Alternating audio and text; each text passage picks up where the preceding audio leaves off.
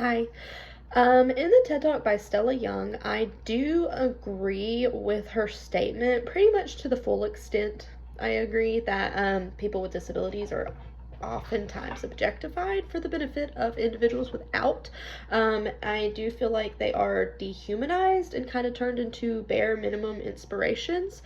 And an example of that is just simply having a job. I feel like, in regards to objectifying for people without disabilities, it would be an example of someone saying, like, you should be grateful to go to work. I mean, so and so has a disability and they do it, so you can do it too. Just kind of like dehumanizing them and stripping them down to only their disability to make someone else feel better or make someone else feel like they should do it easier.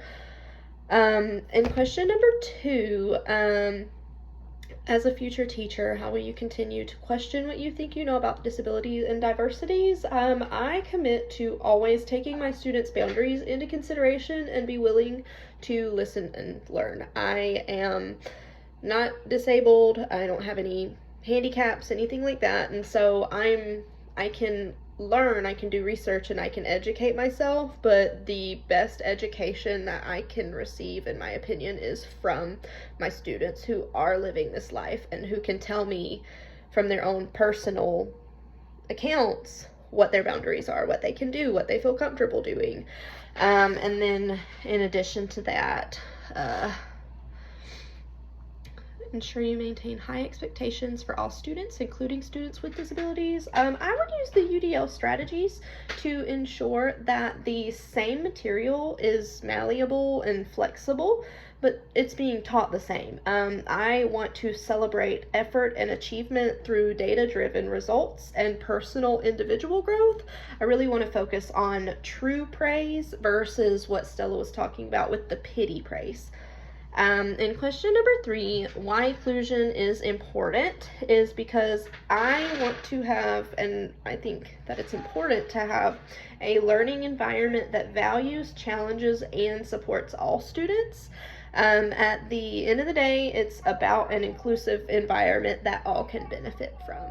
And then a couple of challenges that families may struggle with and how I could help them overcome as a teacher is that resources and services are not always readily available. So as a teacher, I could offer more resources. I could kind of encourage them to accept help or give them information in regards to services they may be qualified for that they may not know.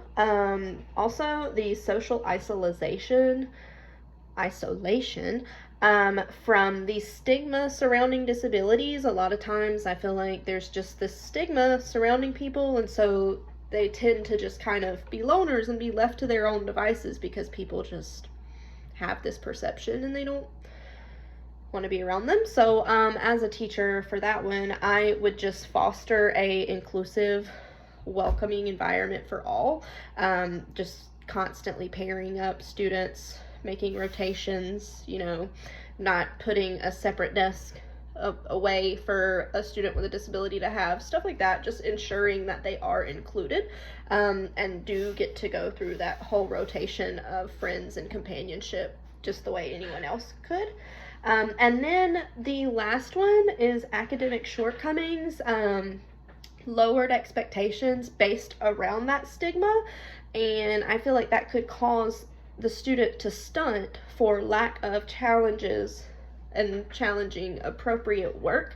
So it is my role as an educator to ensure that they are being challenged, and I'm not just, again, back to their boundaries, not just assuming what they can and can't do, but actually allowing them to show me their boundaries, but also focusing on the data surrounding them, testing scores, stuff like that, things that they've shown they can do, and then building from there instead of just automatically assuming you can only do this much. I want to ensure that they're challenging themselves, they're always staying engaged and wanting to learn and learning more. And then for the last question, how can schools encourage families to become actively involved, especially families of children with disabilities? And I put the biggest one is accessibility, just removing barriers that exclude participation.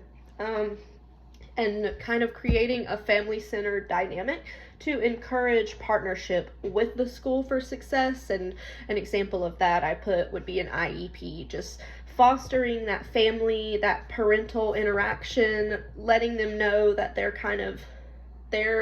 driving the car, I'm just giving them directions, allowing them to help their child set themselves up for success in the best way possible. So